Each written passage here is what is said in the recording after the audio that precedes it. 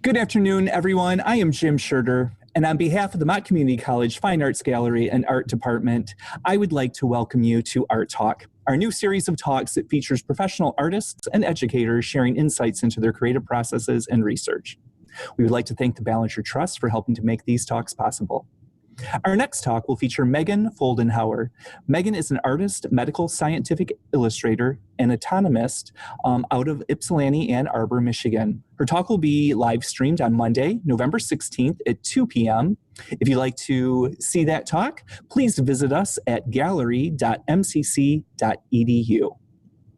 Today, it is my pleasure to welcome museum curator and MCC educator Sarah Kohn. Today, Sarah will be talking with us about framing infection, art during the time of a pandemic, which will take a historical look at artists' reaction to pandemics. Sarah is currently associate curator at the Flint Institute of Arts. In addition, she is an adjunct faculty here at Mott Community College in art history and has taught basic survey courses and specialized art historical seminars at several community colleges and universities. Sarah holds an MA in art history from Wayne State University here in Detroit, Michigan, and a BA in art history and visual culture from Michigan State University in East Lansing, Michigan. At the Flint Institute of Arts, Sarah has curated numerous temporary exhibitions, researched and written labels and audio guides for permanent collection objects, and assisted with publications. As an associate curator, her primary focus has been contemporary craft and decorative arts and special exhibitions from The Flame. And special exhibitions from The Flame, which was a national-wide juried exhibition of flame-worked glass. In addition, Sarah researched and promotes this area of the museum's permanent collection. So, Sarah, welcome to Art Talk. Thank you so much for having me. I appreciate it. We are going to cover some pandemic art today. And the thing I wanted to mention just before we get started with the PowerPoint is there are some images. They're all painted, but there is images of nudity. So it kind of comes along with some of the territory that we're going to be discussing. But just in case you want to, make sure that you've got the appropriate people around the screen. There's a handful of those images. So we'll go ahead. I tell my students all of the time, it's very hard to talk about the history of art without touching on images of nudity, but I just wanted to keep that there. It's not the focus, but it is in there. So we can go ahead and start the presentation whenever.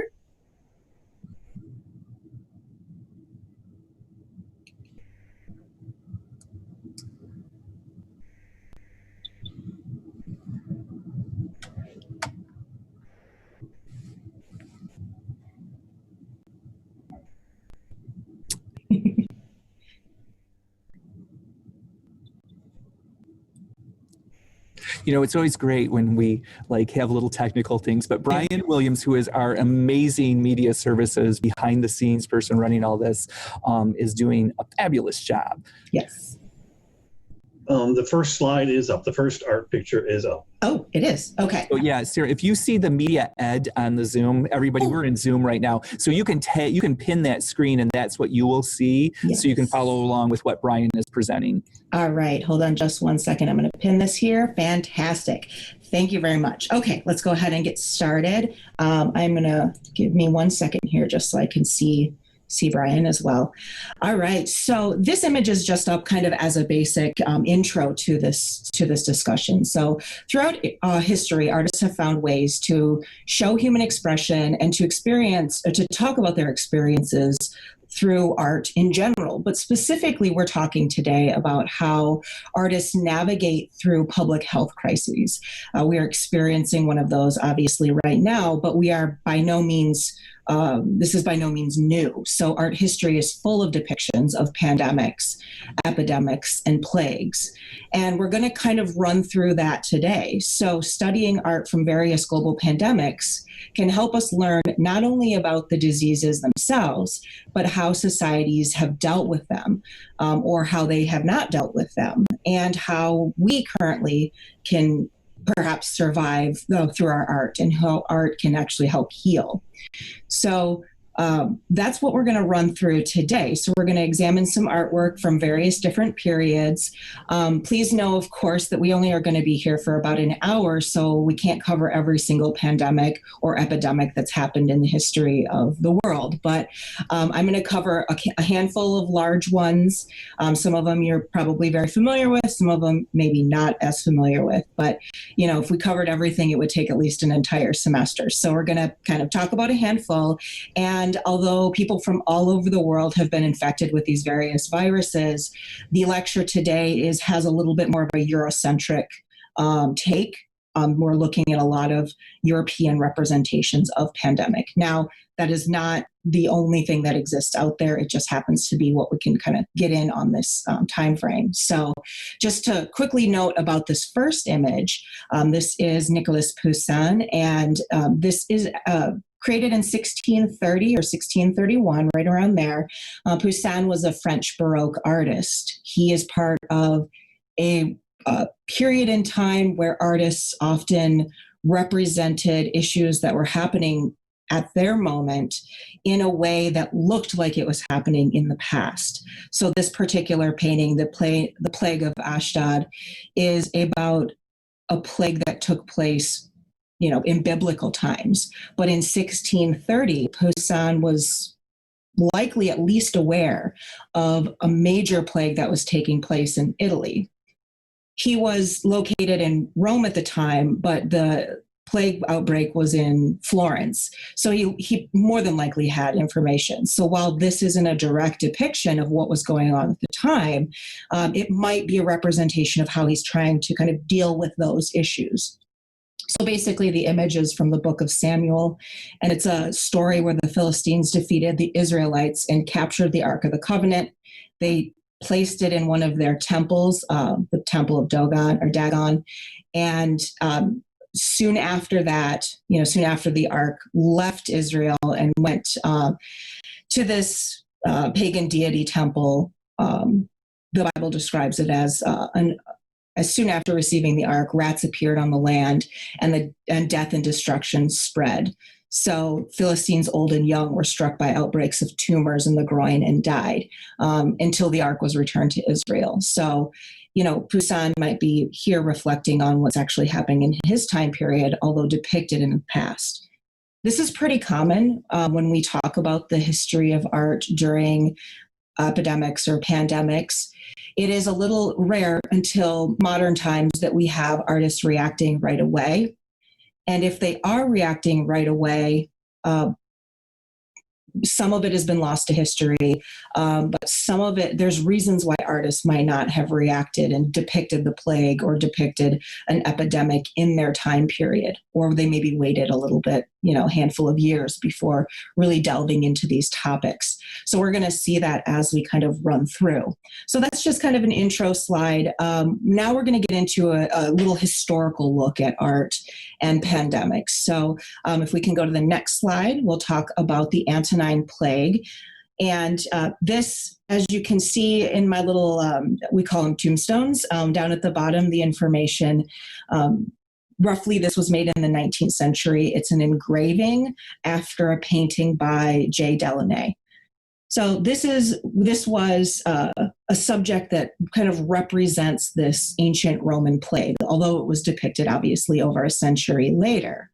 The Antonine Plague, just a little bit about that. Rough dates are 165 to 180, and it killed approximately 5 million people. And it took place predominantly in Rome, the Roman Empire, and it perhaps also in Eastern Han China, which historians believe it kind of started there and made its way into Rome. And of course, as Rome was expanding its territories all over, it spread the disease quickly. So approximately 5 million people died in this plague. So very devastating. Some people have even called it the Plague of Galen, who was a famous physician who recorded the descriptions of this virus. And he mentioned fever, diarrhea, sore throat, skin eruptions. contemporary historians have speculated that this might be smallpox or the measles. So far back as the Roman times, we're seeing smallpox, perhaps epidemics. But the image, of course, is created a century later, but it references this plague. And artists have done that quite often, where even if they're not currently experiencing something, these topics become so ingrained and important in our narrative. So Delaunay here was inspired to make this. It was a drawing or a painting originally after he visited Rome. He went to a Roman church, the Church of San Pietro Vicoli. And this church in particular had a fresco on the side of its walls that referenced the plague. So he's really inspired by that imagery. Obviously, the Antonine Plague had been gone for thousands of years, but the artist here is familiar with this concept of mass death, really. The two figures I want to point out specifically in this image, there's a lot of great info that you can look at through the image. There's a sculpture in the back that's really reminiscent of the equestrian portrait of Marcus Aurelius. And that's, we're depicting the Roman times, so that's likely who's shown there. And you can see, of course, the mass devastation, people kind of dead in the streets, piled all over each other. But in the center, I wanted to point this out. There is basically what we have. There's a passage written about plagues, and it says, "And then there appeared a good angel who commanded a bad angel armed with a pike to strike the houses of each house." Strike the houses of each house, and as many dead as the number of blows to the door. So if the figure that's kind of in a darker color is tapping on that door 5 or 6 times, then 5 or 6 deaths would take place in that. So these images kind of represent death in a way that is not necessarily scientific, but something that is brought on by God, and specifically those who are not believing God. That's a huge theme in some early plague imagery. And I'm saying plague, I mean pandemic, epidemic. Each one of these has a bit of a different delineation. So I'll kind of ping pong back and forth. But let's check out the next slide and see what artists are doing in Japan around the 8th century. So these two images are referencing a smallpox epidemic that took place in the 8th century in Japan. So 735 to about 737, there was a massive smallpox outbreak.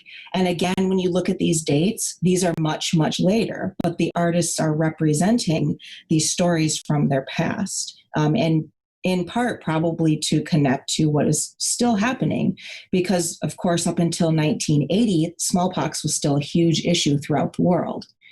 So this particular epidemic we're going to talk about is focused in Japan, and it killed approximately 35% of their population. So roughly 1 million people died between 735 and 737. And that included some of the highest positions in Japanese power. So the thing, as we know about epidemics and pandemics, is they're non-discerning. They don't care if you are poor or rich or young or old. They will, of course, do what they intend to do, or what they're going to do anyway. So there became, because of this mass infection, we start to see folklore being created around some of these disasters. So just a quick little information on smallpox. It dates back, as far as maybe even the 3rd century BCE. There's been some research suggesting that it is, found in ancient Egyptian mummies and everything. So it's a very, very old virus, and it's a very infectious virus caused by variola major and variola minor. Basically, what you get is flu-like symptoms, but they can be really severe, and along that, you get these sores and skin rashes, which is where the smallpox comes along. The skin could obviously easily get infected, and of course, it is a deadly, deadly virus. Eradicated by 1980, and we'll see smallpox. We'll talk a little bit about it as we progress. But this is one of the first major ones on record in Japan. So they think it started on the island of Kyushu and kind of spread throughout the country. Perhaps fishermen who were in Korea brought smallpox in the 8th century over to the main part of the island. And as I said, about 35% of the population passed away. Because this was such a huge, part of people's life, it is not uncommon for it to become part of folklore. So smallpox was initially thought to be created by a vengeful spirit, and this is from Japanese folklore. And the prints that we're looking at on this screen are representing our smallpox demon. And the print on I think our screens are the same, but the print on the left, which is the figure in the green and the red, that particular image is a wonderful depiction of our kind of hero of the story. So in both images, you're going to see our hero. He's a warrior named Minamoto no Tamatomo, and he fights against the smallpox demon. And the smallpox demon eventually was referred to as a Hoshoshin. And our hero here is known for his archery skills. And in each image, you'll see a bow and some arrows. He is known for his endurance and his fortitude. And the stories about him say that he was 7 feet tall and one arm was 4 inches longer than the other one. So he could bend his arrow much further than any of the other archers. So we have this really impressive figure who is protecting the people of Japan from this little demon, the smallpox demon. And you might notice the smallpox demon in both of these images has red. One of them is in the ocean, kind of flying or floating away, and the other two are kind of up in the upper left-hand corner of the other print. So these small demons are pretty common in Japanese art. Specifically, over the years, they have been referred to as the smallpox gods or the Hoshoshins. And they're afraid of dogs. They are afraid of the color red. Red is a big deterrent. And they could be basically cast away. And with the help of our hero, of course, in these stories, they exit the area and keep all of these people safe.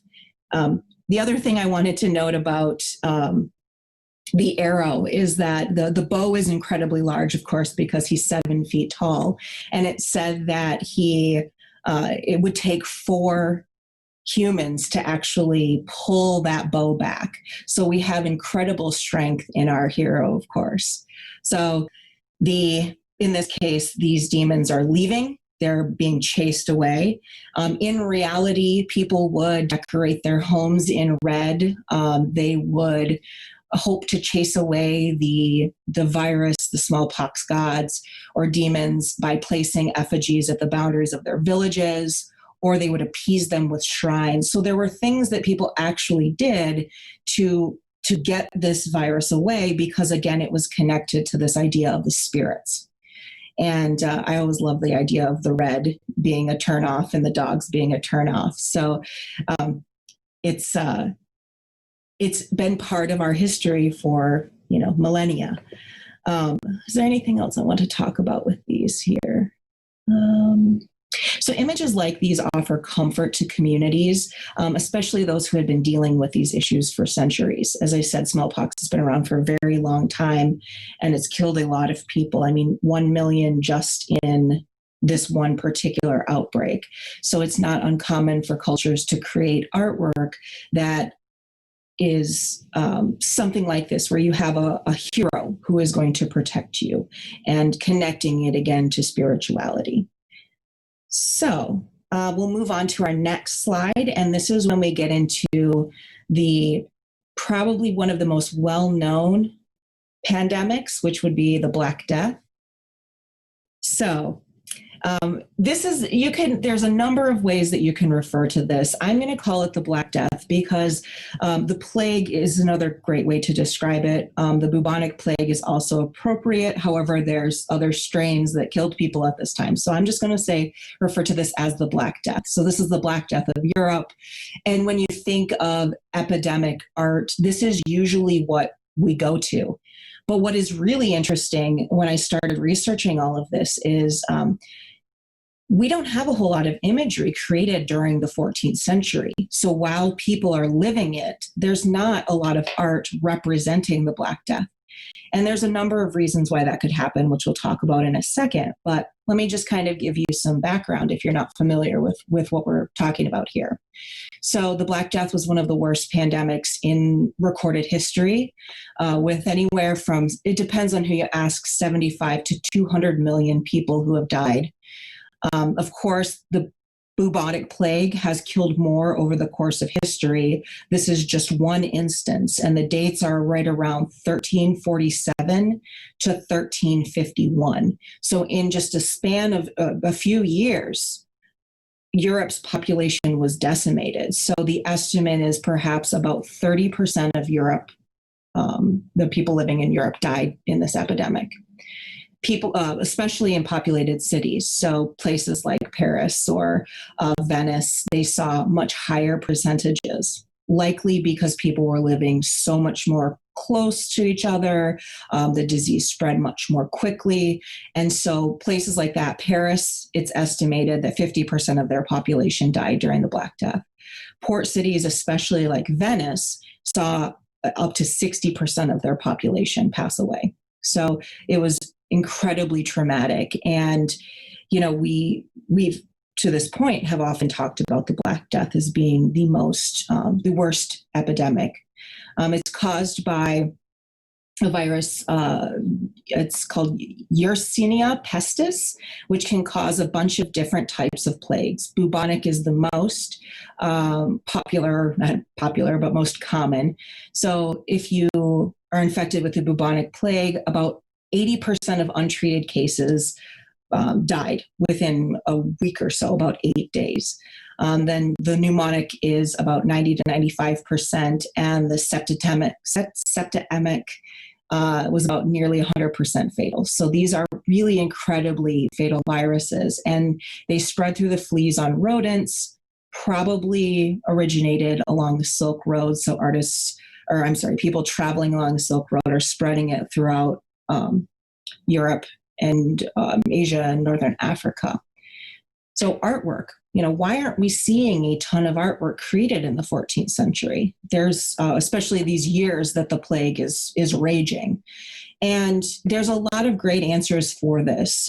It's hard to find that. I only actually have this image that's created from the time period of the Black Death. There's a handful more that I could find, but really everything that we see comes after. So it's hard to find, perhaps specifically at this point in time, because logistics, people were getting sick in droves. And so it was really hard for artists to actually create. Many artists died at this time. Some people thought that by depicting things like the epidemics like the Black Death, that they would somehow bring it to fruition. They would enhance the plague itself.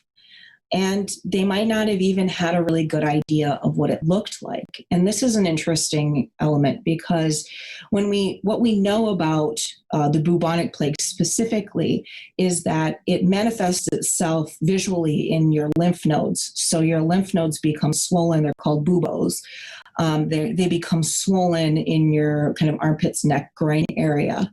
When you look at medieval pictures of illness, quite often, and you can just do like a quick Google search, quite often you're seeing images of people with skin lesions all over, which is not usually what we see in reality with the effects of the bubonic plague. So historians are now suggesting that some of those might be actually depicting smallpox or measles as opposed to the bubonic plague. Now, they could also just be trying to represent illness, but because of that, we're going to kind of narrow in on this particular image because I feel like it is probably the most, accurate. And if we look at the image here, it's called The People of Tournai. That was modern day Belgium. So this is one of the earliest depictions of the Black Death that we see in Europe. And it's a number of villagers basically taking care of their dead. Notice that there are almost as many caskets as there are people working to bury the dead. So this is a great visual representation of what the reality of the time was. So there, it's really crowded as well. So this is, again, a reminder of how people, especially in cities, lived. Everyone was crammed in, people were dying all over, and so you had people trying to take care of them. And if you can look really closely, it might be hard to see, but this artist in particular has given some expression to people's faces, which in the 14th century, we're still kind of in the medieval period. In art, quite often expression is minimized and individuality is minimized. And so having fear or sadness or resigned, expressions is pretty significant here. So the artist is representing maybe this mass feeling that people are having of fear, panic, resignation, that type of thing. So I'm not going to show any other of the other kind of popular images because we think maybe that those are representing something a little different. But let's move on into history and see how this type of plague has come back to artists over and over again. So in the next slide, we've got, this is probably one of the most famous images depicting epidemics or pandemics. And this is Peter Bruegel the Elder, and it's called The Triumph of Death. So notice it's from a little bit later. It's from the 16th century, so 1562. I highly recommend, if you're interested in this topic, to go to the Prado's website. And that's the museum that houses this. And you can zoom in and see all of the fascinating little elements. Other kind of fun fact about this painting is in the Prado, it sits right across from Bosch's Garden of Earthly Delights. And if you're familiar with that painting, Peter Bruegel the Elder's Triumph of Death, it has some of those surreal elements that you see in the earlier in Bosch's painting as well. So there are these really kind of fantastical depictions of death. In this, we've got basically a city that is erupting. So if you look all the way back into the back, you can see even in the horizon, there's a little bit of water and fires burning off in the horizon. Bruegel's known for making these really high horizon images and incorporating a lot of information into the landscape. And he's also very interested in symbolism and, kind of representing reality in a little bit of a different way, parables, that type of thing. So this is pretty typical of Bruegel's style. So this was painted after the first wave of the Black Death was over, but he's representing this mass destruction that could come from something like the bubonic plague. There's a whole host of army skeletons that are setting fire to a village. You can see there's fire in the back, and they're encroaching on the city and just decimating all of the people in the foreground. People of all stations in this image are suffering. As we talked about before, it would happen in reality. It's not a discerning, viruses are not discerning. So people of all stations in life are susceptible. And, true to Bruegel's style, he's got all of these figures kind of piled up next to each other, on top of each other. And as devastating as this is, there's little moments of maybe hope, or maybe it's satirical. But if you look in the very front, the front right corner, there is a couple embracing, and they're actually smiling. So perhaps it's this hope within all of the madness and chaos that love will continue and life will continue. So the smiles are only found on those two people in the front. But the death that is depicted here relates specifically, or is depicted specifically, with skeletons. And that kind of is bringing up this next topic that I want to talk about. So it draws on the idea of the dance macabre, which is the dance of death. And we'll look at a couple images next that are also going to play on this. But the basic idea is some variation of skeletons escorting living people to their graves, or harassing the living or dancing. You know, it's called dance macabre or the dance of death because you'll quite often see little skeletons kind of dancing. The earliest instances of this type of scene come from the 15th century. So it's perhaps an effect of what all of these people went through in the 14th century. It kind of has produced a kind of centralized traumatic image, although some artists kind of play around with it and make it kind of funny, you know, kind of that humor in tragedy. So although this particular painting is not a realistic depiction of the Black Death, the mass devastation that is shown here is really not that far off from the ideas of mass devastation that people would have really experienced. You're not going to have skeletons come busting through your house in the 14th century, but you know, anywhere from 30 to 60% of the people in your community passing away from an illness is pretty traumatic, almost as traumatic as what Bruegel has created in the image. So let's go on to the next one, kind of continuing that idea of the dance of death. This one actually is called the Triumph of Death, and it was also painted in the 15th century. It is located on the outside of the Oratory dei Disciplini, and basically it's a meeting place for this relatively obscure Christian sect that believed that there was an incredible importance put on death and burial. It was directly linked to spirituality. And so they were kind of fascinated with death and burial. And again, coming off, one thing I should also mention is that periodically from the 14th century through the 16th, 17th, even the 19th century, the Black Death or the various types of plagues, bubonic, whatever, they're coming back. So they don't fully go away. We just talked about initially the very first one that was really, really, you know, devastating. But this is something that people are continuing to live with. So there's minor outbreaks that are going to continue to happen. And I say minor, still thousands of people died, but it's not, you know, 50% of the population. So getting back to this, sorry about that. So there was a focus placed on spirituality and burial. And the message here is kind of unmistakable that death is inevitable. There are two different sections to this image, and it's a fresco painted on the outside of a building. So it's weathered time, honestly, pretty well for where it's located.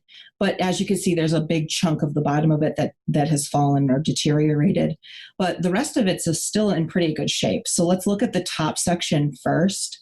We have a kind of skeleton.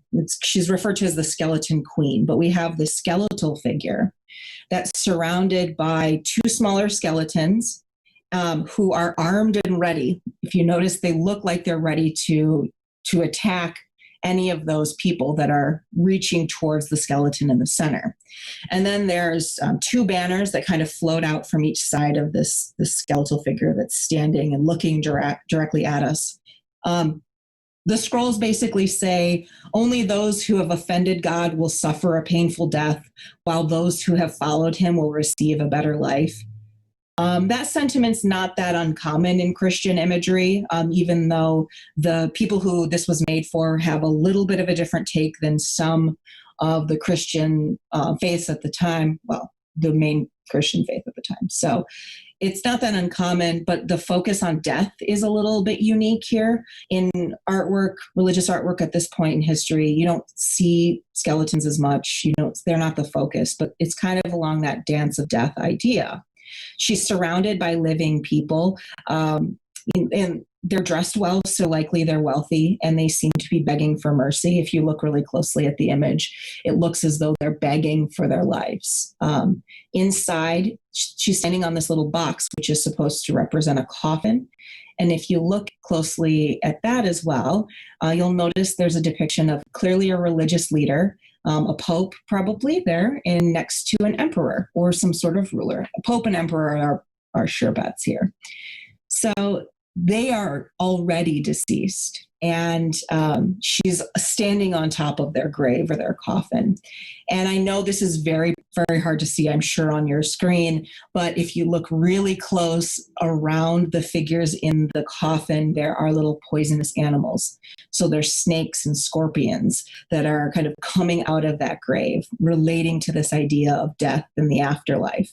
And a reminder to, be repentive and do not offend God, because you want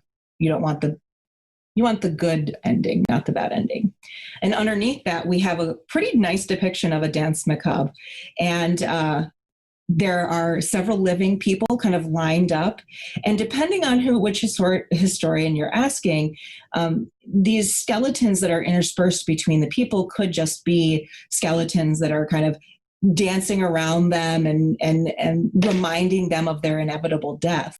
Some historians actually suggest that those skeletons are the skeletons of the people that they're next to. And I actually think that's the idea that I'm really interested in, because they're pairings and they're almost kind of interacting.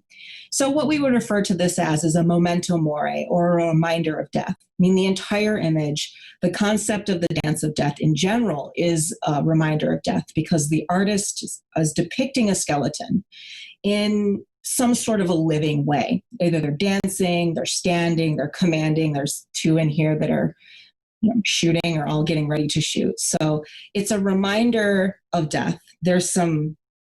None of the images that we have say this, but there's a popular theme in the history of art that's got a skeleton depicted and a written statement that says, I am once what you are, or no. Oh boy, I'm going to get it wrong. Basically, I was once alive too. You'll look like me eventually. And so that kind of plays around with this dance of death. I have two more images, I think, of dance of death in the next slide. Oh, and you get a better sense here. The first image at the very top, it's kind of small and painted. This is another Dance Macabre series. Nootka here has people of all stations of life. We have a pope, we have rulers, and they're interspersed again with skeletons, or in this case, they still have flesh, but you can tell that they're deceased. This was a frieze that was painted in the St. Mary's Church in Germany, in Lubeck specifically. And so it was a frieze, which is a kind of a long band of images painted inside the church. Unfortunately, during World War II, the church was destroyed, and so much of the painting has been destroyed. But it's pretty similar to some of the images we've looked at before. The dead are interacting with the living, and all different types of living. Again, a memento mori. And some of them, a lot of times when you see the dance macabre, or the dance of death, there are a lot of little funny elements, some playfulness to it, because humor in death is actually pretty common in the medieval age and into the Renaissance. And then down at the bottom of the image, just another really famous dance of death scene. It's from the Nuremberg Chronicle. And here you actually see skeletons kind of actually dancing. So artists are reflecting on pandemics or plagues, epidemics, in very different ways. In this case, not necessarily a direct representation of the sick. We've got this idea that's beyond the actual illness. It's more about mortality, and but it's still, affecting people. So for those of you artists who are watching, and think about how you are reacting to COVID and how your artistic practice is changing, or maybe it's not changing. But what we'll see as we continue through, there are so many different ways to explore a topic like this, whether it's direct representation or something more like this. And of course, we cannot talk about the Black Death or any sort of pandemic without our plague doctor. So in the next image, let's look at a couple representations. I actually had a trick-or-treater this weekend that was dressed as the plague doctor, like a 9-year-old. So very popular image again. And honestly, throughout history, it's been kind of an iconic image of illness. But let's talk a little bit about our figure here. We cannot talk about the bubonic plague specifically without mentioning this character. So as I said before, the bubonic plague kind of came back on and off between the 14th and 17th century, even into the 18th and 19th. But in this case, it's about the 17th century when we start to see this figure kind of pop up. So the iconic costume, he's wearing this long, black, usually waxed fabric coat, gloves, boots, and a wide-brimmed hat. And of course, the most iconic part of the costume, is a face mask. And it includes this kind of long beak. And I know you're all probably very familiar with these. There are eye holes. They would be lensed so you could actually see. And the snout or the beak of the mask could be stuffed with different elements. So there's couple little holes for air to actually get in. But in general, you could stuff the beak area with a sweet smelling or a strong smelling substance because it was not a good smell to be around people who are that sick or dying or already dead. So lavender or different herbs or spices could be put into the mask, even vinegar, just something to mask the smell. They would also typically carry a staff, which you can see in both of these representations. The staff or walking stick could, could be used to examine patients at a distance, so they didn't have to get right close up and touch them.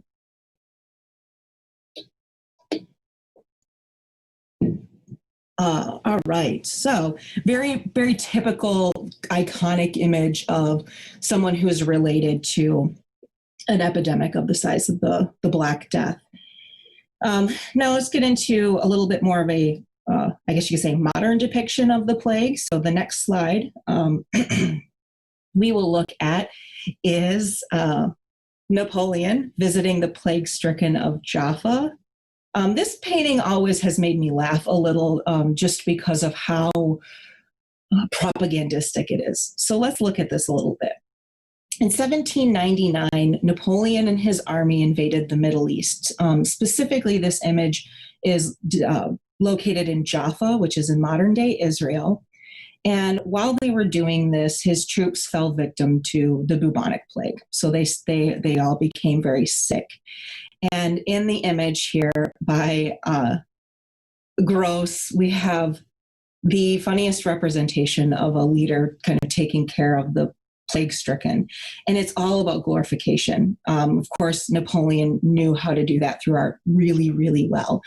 Gross was a student of David, and the idea of promoting or glorifying a leader is pretty typical of this time. Actually, I'm not sure if he was the teacher or the student. I'm sorry. He was connected to David, if you're familiar with his paintings. The style is pretty similar. So if you look in the center of the image, or right around the center, you're going to see a depiction of Napoleon. And Napoleon is wearing all of his garb, really very Napoleonic, and he is reaching out to one of his French soldiers and touching one of the wounds and, offering his sympathies. If you look behind him, there is a doctor who's basically saying, no, don't touch them.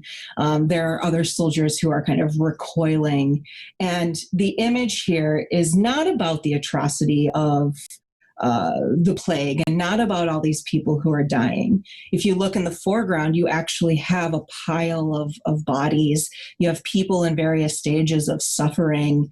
And then we have Napoleon here in the middle, kind of reaching out as a protector. The image is really not about the plague at all. It's about Napoleon and how wonderful he is and how he would risk his health for his troops, which we know is not true in this case specifically. So this was commissioned by Napoleon when he became first consul. The event actually took place when he was a general, but he wanted to clear up some accusations, which likely were correct, that he had ordered the death of prisoners in the area who could not afford housing or to feed themselves.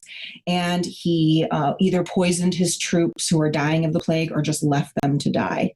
Whatever the actual truth was, this is one of those images where an artist is kind of reacting to these pandemics and this illness, but in a way that's very contrived, in a way that is really focused on glorifying a particular person. Napoleon learned from the Romans really how to create that wonderful propaganda with art to make himself seem very fantastic. The way that he's gesturing is almost like Christ, images of Christ touching the sick. So when you look back in the history of Christian art, you can kind of see that image as well. So Napoleon here is not only caring for his troops, but he's also kind of godlike. And then we know that this was just devastating all around, and leaders like Napoleon didn't really do things to save these people if they could. So that's the kind of section that we have talking about the Black Death or the bubonic plague. We're going to move now into a couple more modern epidemics, and we've got about 15 minutes left to talk about the Spanish flu and the AIDS epidemic. So let's get into the Spanish flu in the next slide here. So the Spanish flu, I'm going to let you look at Egon Schiele's family for a minute while we kind of talk about the Spanish flu. It was a deadly influenza virus that lasted for about 15 months-ish and killed anywhere from 17 to 50 million people worldwide. Some sources even suggest 100 million people, but about 500 million people worldwide were infected, about 27% of the world's population at the time. And this death toll was extremely high. In fact, higher than the death toll of World War I. So keep in mind our dates. We're kind of coming off of a major world war, and then we're, exposed to this major virus, which is going to kill many, many people. So artists are trying to navigate that. And you may have learned more about the Spanish flu than some of these other epidemics, especially now in 2020, because a lot of media have been talking about the parallels between these two, between COVID and between the Spanish flu. So it's called the Spanish flu basically because Spain was the first country to openly discuss it. Many other countries realized that it was an issue, but they had kind of censored or downplayed the reports about the devastation that this could cause, in part because there was already really low morale because of World War I. And so a lot of countries for at least a while didn't talk about it, but Spain did. And so that's where it gets its name. It has symptoms of the normal flu, fever, nausea, aches and pains. But also you could catch pneumonia quite easily. And it was really a deadly form of the flu. I want to talk specifically about one physical element called cyanosis, because you'll see a little bit in some of these paintings. So someone who was infected with Spanish flu and doing really poorly, you might find this cyanosis on their face specifically. So they're dark bluish spots or a bluish tint that would basically develop on your face and on your appendages. And it was likely that signs of death were coming. Your lungs would start to fill up and you would suffocate. It was a traumatic death. I know this is a really heavy topic for lunchtime, but it gets depicted in some of the imagery. So I bring that up for that. And unlike typical flu, where the highest mortality rate is the elderly or the young, Spanish flu really targeted quite young and healthy individuals, which is what you see in the painting that we're looking at. So Egon Schiele and his wife were quite healthy. They were in their 20s. And the thing that's really kind of fascinating for me about the Spanish flu is from an art historical standpoint, artists were infected with this, and some of them died, some of them lived, but they actually represented their illness in real time.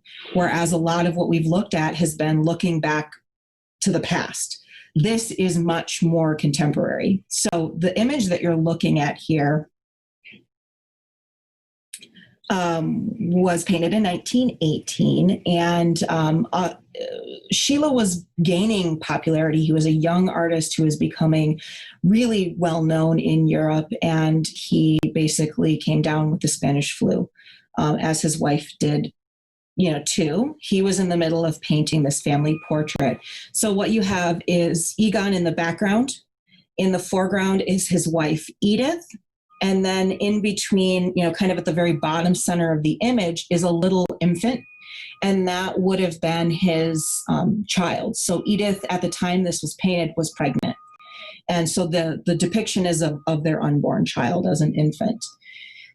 The painting was never complete because a few months after he started it, Edith got sick and she died from a Spanish flu. She was 6 months pregnant at the time, so his son also passed away. And he wrote to his mother really, early on in her illness, which these illnesses are not prolonged. So you've got a week or two.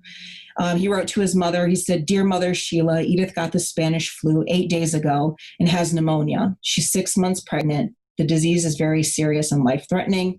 I am preparing myself for the worst." So she passed away, and he died 3 days after her. So both of them succumbed to this, and they were both in their 20s. He's known for this expressive use of his line and gesture with his bodies. If you look at Sheila's other work, they often have this kind of unnatural positioning and a lot of really defined lines. And I think that some argue that this was a way to express himself and express his feelings, specifically anguish. And I think in this image, knowing that what happened, it makes it even more haunting. But the image itself is created in Sheila's typical style, but it is kind of reinforcing that the pain of an illness. Let's look at the next two images. They're drawings by Sheila. So this is a portrait of dying Edith and Gustav Klimt. So we'll really quickly talk about Edith. So this was drawn the day before she died. He died, as I said, 3 days after her with the same illness. Her face is very gaunt in the image. And if you look closely, you can see signs of cyanosis probably on her cheeks. There's hatch marks that wouldn't necessarily be there. It's not typical of his style. And the rest of the drawing, you don't see those elements. And so what we think is maybe that's what he was depicting on her face. The state of her hand, very exaggerated gestural strokes of the fingers and the top of the hand, along with the hair, kind of reinforce this sense of chaos and energy. I mean, he knows at this point that she's probably going to die. And so an interesting portrait of her kind of reinforcing the trauma of an illness like this. And the next image, the one next to it, Gustav Klimt, was made about 8 months before Sheila died. So it was before the image on the left. He went to depict his friend and mentor, Gustav Klimt. If you know Klimt, you know the famous Kiss painting, very, very well-known painter. And he was a little older, succumbed to the Spanish flu as well. Sheila was able to go into the morgue after Klimt died and draw his friend. And Klimt, so historians kind of still debate about this. Klimt died of a stroke, but likely the stroke was brought on by the Spanish flu. So this was drawn shortly after he died, and you can see kind of the same technique on his face as we see with Edith. Both of these are really intimate portraits, very connected to the people, and you can almost feel that energy being projected into the images. So we have one kind of up-and-coming artist depicting an established artist who both, of course, fell ill with this virus. Now we have one artist who survived, or at least we think he had the Spanish flu and survived. So in the next image, we're going to look at Edvard Munch. So most of you know Munch because of The Scream. It's by far his most famous painting, but I highly recommend, if you like The Scream, look at the rest of Munch's paintings. They are all as haunting, if not more haunting than the Scream. He's a wonderful person to study. He, as you see in this image, self-portrait with the Spanish flu. So we believe that he had the Spanish flu. However, there is some new information. Some historians are saying maybe he didn't have it and he was just kind of representing that. But he's got, let's say he's inflicted with the flu. In this image, it makes perfect sense in the way he's depicted himself. He was obviously known for the Scream. His entire life, he was fascinated with death. He survived the Spanish flu. We're going to go with that theory that he had it and survived, and he documents his experience. But Munch's life leading up to this point, he has suffered through so much trauma. His mother and his favorite sister both died of tuberculosis when he was a kid. He was ill as a child, pretty much his entire childhood. His brother passed away from pneumonia when he was a younger man. He had another sister who was institutionalized. So he had a lot of trauma in his life, and it's projected in his art, for his entire career. He actually says at one point, illness, insanity, and death kept watch over my cradle. It has accompanied me all my life. So if you notice the image during the sickness, he's got gaunt, cheeks are sunken in, his mouth is open, almost like the Scream. He's seated in a chair, kind of wrapped up in a blanket, so his body is covered, so you don't know, you kind of get the sensation that he's withering away. His unmade bed is in the background, kind of haunting us as well. And then we have a picture of him after he recovers. So in the next slide, you'll see after the Spanish flu, where his cheeks are a little more flush, a little more voluminous, still really expressionistic. Edvard Munch is known for this kind of brushy style. And so he's kind of recovered. He looks much more healthy. His skin has a warm tone to it. So here we have an artist exploring their own experience with the Spanish flu. We had our artists exploring the death of his family or the demise of him, his family and friends with this. And the next image I want to just quickly touch on, I know we're running out of time here, but I have one more epidemic I want to get to. This image, I wanted to show you how how people in general were exposed to this. Now, not everyone would have been exposed to images by Gustav or Munch or Sheila, but the newspaper was really important in the 20th century, 1918, and they talked about this. So there is two newspaper clippings here that kind of reinforce mask wearing and protective measures. And I know it's very, very hard to see in this newspaper copy that's on the left. The dark box is a painting from the 20th century depicting the Spanish flu in a really Victorian kind of elegant way. And it's an interesting depiction, kind of like Gross's Napoleon painting, where they're depicting a pandemic or an illness in this really dramatic, theatrical, almost epic way. And when it wasn't necessarily like that. So let's move on quickly. I know we have just a couple minutes, but I want to run through AIDS and HIV.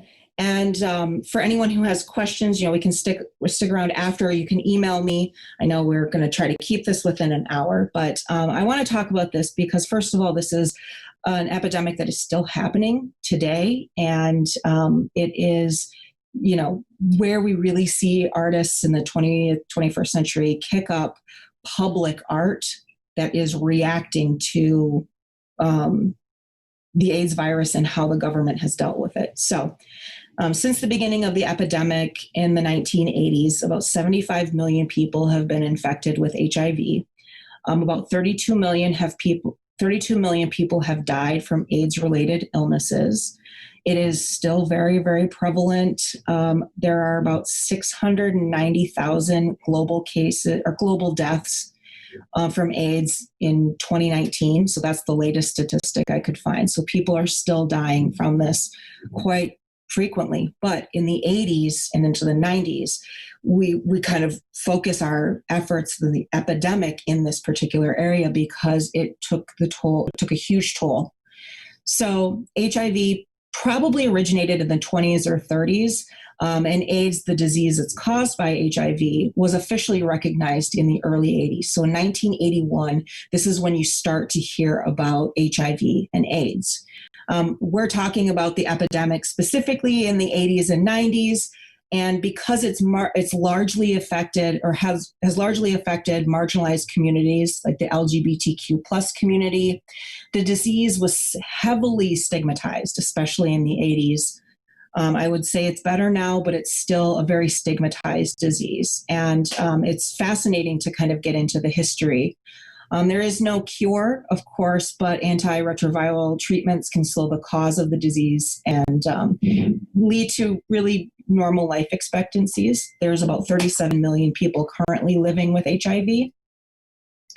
And the government in the 80s was very apprehensive to really talk about it, in part because it was at that time really focused in the LGBTQ, specifically gay men, in those marginalized communities. And so they were apprehensive to talk about it. They just wanted to pretend it didn't exist, basically, but it was killing people rapidly. And so artists decided if their government was not going to deal with it, they were going to. So you see the rise of posters like you see on the screen here. So the Silence Equals Death project was created by a commission called ACT UP, which was AIDS Coalition to Unleash Power.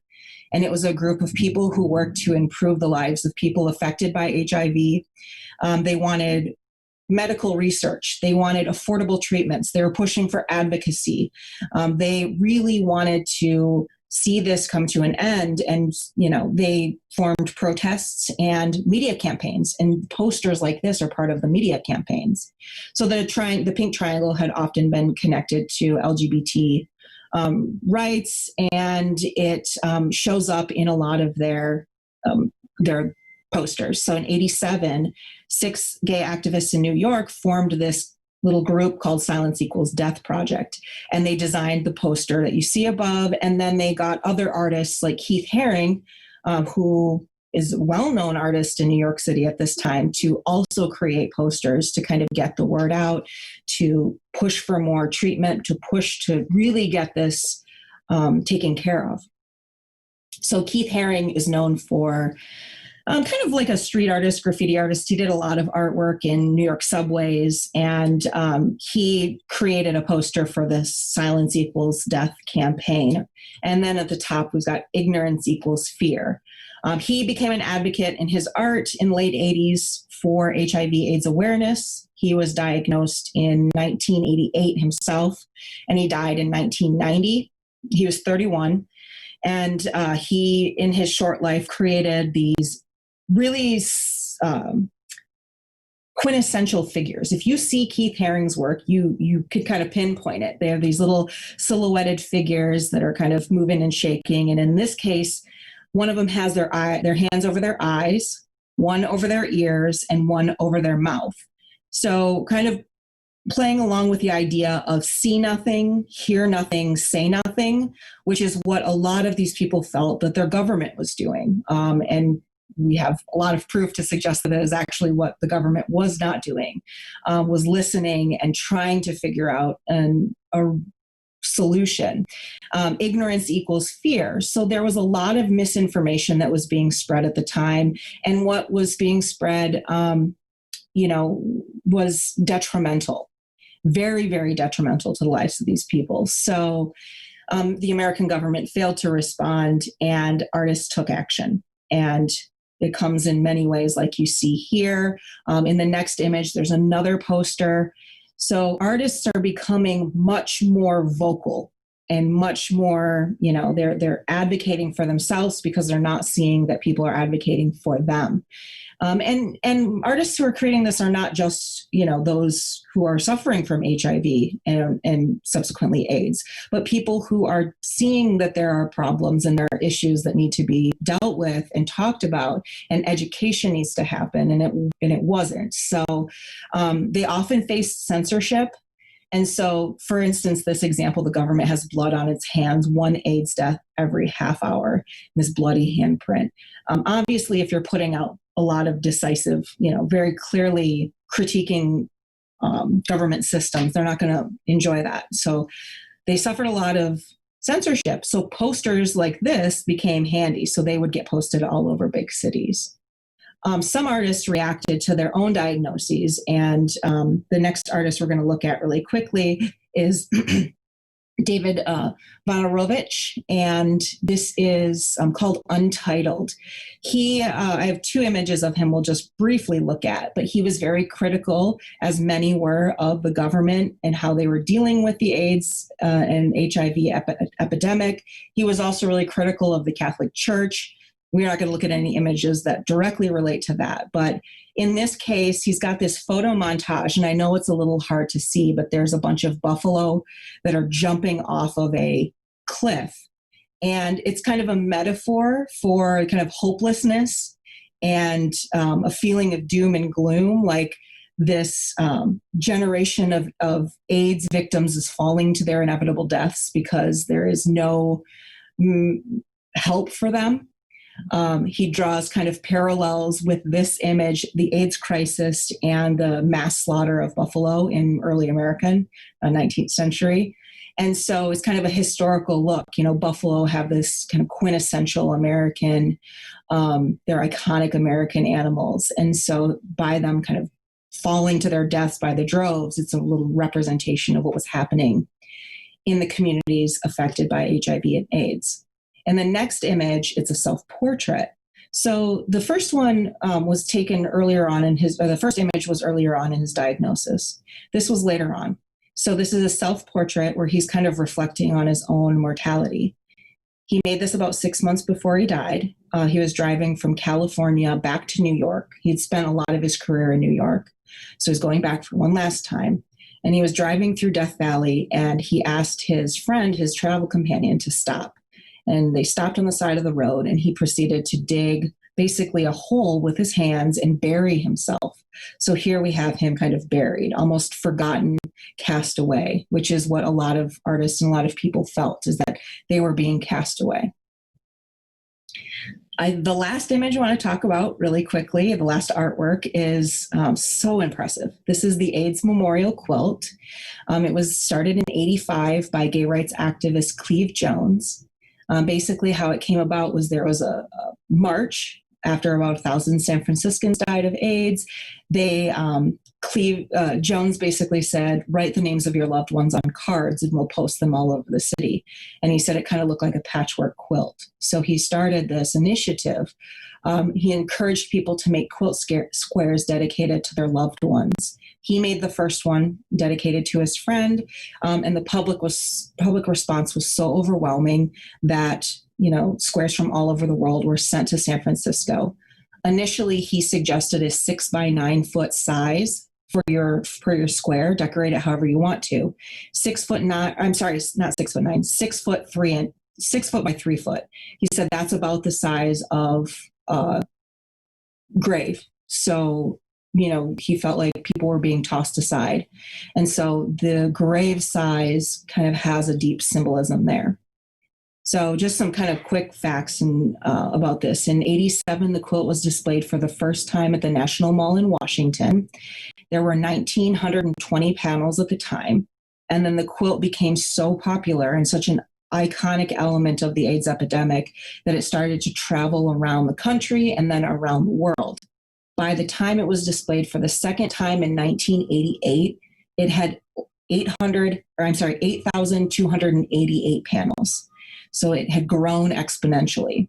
And since that time, since 1988, it has traveled throughout the world numerous times and has grown insanely large. Now, this is a reminder of all of the people who are affected still to this day by AIDS and HIV. Today, it weighs 54 tons and has 48,000 panels. And they're dedicated to more than 100,000 people. This is the largest community art project in history. And it just reminds you of not just the death toll or the severity of AIDS, HIV. It is wonderful because it reminds you of individuals. This is one of the pieces here, besides the Spanish flu of the actual artists who were inflicted with it. We get to see the people who this affected, individuals. And so it'll continue to grow. It is no longer able to be displayed at the national national mall because it's too big. So parts of it get traveled. And the last slide I want to bring up is what do we expect? What's to come? I wanted specifically to look at a history of epidemics. I didn't want to get into what's going on with artists and COVID because first of all, it's pretty overwhelming. There's a lot of artists right now dealing with COVID. And I like to, as a historian, I like to kind of look back a little bit. And so I want to wait to see what artists are creating. And I'd be curious to see what artists locally are creating. But one thing I did want to point out, we've already seen a lot of artwork dedicated to epidemics and pandemics. And I think time will tell, especially with COVID. In March, though, the United Nations and Amplifier, which is an artist group, launched this independent campaign where artists are invited to submit artwork related to the coronavirus. And these are two of them that I pulled from their website. What's wonderful about this is that they encourage people to download the images and to put them in their windows. And if you log on to Amplifier right now, coronavirus is actually not even in their top listing, because what they've done is use this as a platform for all sorts of things. There's references to Indigenous rights. There's references now to political, issues. And it's an interesting way for artists to really get their artwork out for people to see. And I think time will tell with what happens with what's created because of COVID. We have this vast history of imagery. We know so much more about diseases. And I think people are also very stressed out and angry, which often produces some really great art. So I'm curious to see what will happen. But as we've seen in this little talk, a lot of it is reactionary. Although I would say I've seen a ton of art related to COVID, but I'm wondering what will come out as we progress in this pandemic. So that's all I have. Thank you so much. If you have questions, let me know. I can either answer them via email, or I can wait a few more minutes, and then we can chat. Well, Sarah, I can't thank you enough for joining us today. What an outstanding talk, and so incredibly relevant right now. So getting kind of a historical aspect to everything that we have been dealing with right now, and looking back and seeing how art has played such an important role, right? Because a lot of what we know about things from, especially some of these earlier times in history when there's not a lot of written, recorded information, is through art. We learn through art about what they were dealing with. Could you I'm kind of interested a little bit about your take, a little bit more about the religious aspect of these plagues, and kind of looking at them as non-believers, God kind of coming down and going at that, because that kind of plays along for quite some time, right? And as information becomes more available, we start to see a shift in how that's presented. So could you maybe talk a little bit about that? Yes. Speaking I'm just speaking about Christianity in this case, but I feel like there's a thread in other faiths, but in Christianity, for a very long time, that is the connection. There was almost always a connection between epidemics or plagues or anything that was happening and religion. So I think it was a way, before a lot of science came out and let us know exactly what was happening, it was a way for artists and for people to kind of understand what was going on around them. And honestly, I think for some people, it still is that. It's outside of my realm of comprehension, so it's in God's hands, or it's related to faith, something higher than us. There were, in the early days of the Black Plague, imagery that was religious was often kind of it was condemning the bad elements of society. As I said in the one image, if you don't obey God, bad things could happen. And so a lot of artists kind of saw it like that, whereas this was a punishment for the bad behavior of people. And as we progress from the 14th century into the kind of 15th, 16th, and on, artists started to take a little bit of a different take on it. And it was still a lot of religion was involved, but it became a little bit less of doom and gloom, like you did something bad, so here's the repercussions, and more hopeful within the belief in God. And it was, from what I've run across, that is pretty standard until the Spanish flu. We see a lot of emphasis on religion. Now, when the Spanish flu comes along, you see a little bit more of a secular view. But by that point in time, the Catholic Church has divided into Catholics, Lutherans. We've had the Protestant Reformation. Religion has changed drastically. And, today, I don't want to discount it and say that there's not people who are connecting these to their faith and their religion, but I don't think it's as prominent. Whereas I think society has changed in so many ways that now it's not just that. Now we have the other element of science and that type of thing that artists are reacting to. So it was really fascinating to see at one point where it's so heavily religious and then it just kind of drops off. And then it becomes something else. It becomes a little bit more about personal expression. And I think it's just part of the changing times. Well, I definitely look forward to hearing your take on what is currently happening, because I think, too, again, information is so much more readily available to us as artists that we can react instantly to what's happening in our world and share it, and it's out there. So I look forward to having a conversation with you in the future about what really was going on during this COVID period. So thank you again, Sarah, for joining us today. You are outstanding and amazing. And thank all of you who joined us. We hope to see you back here on November 16th for our next Art Talk. So thank you, everyone, and goodbye.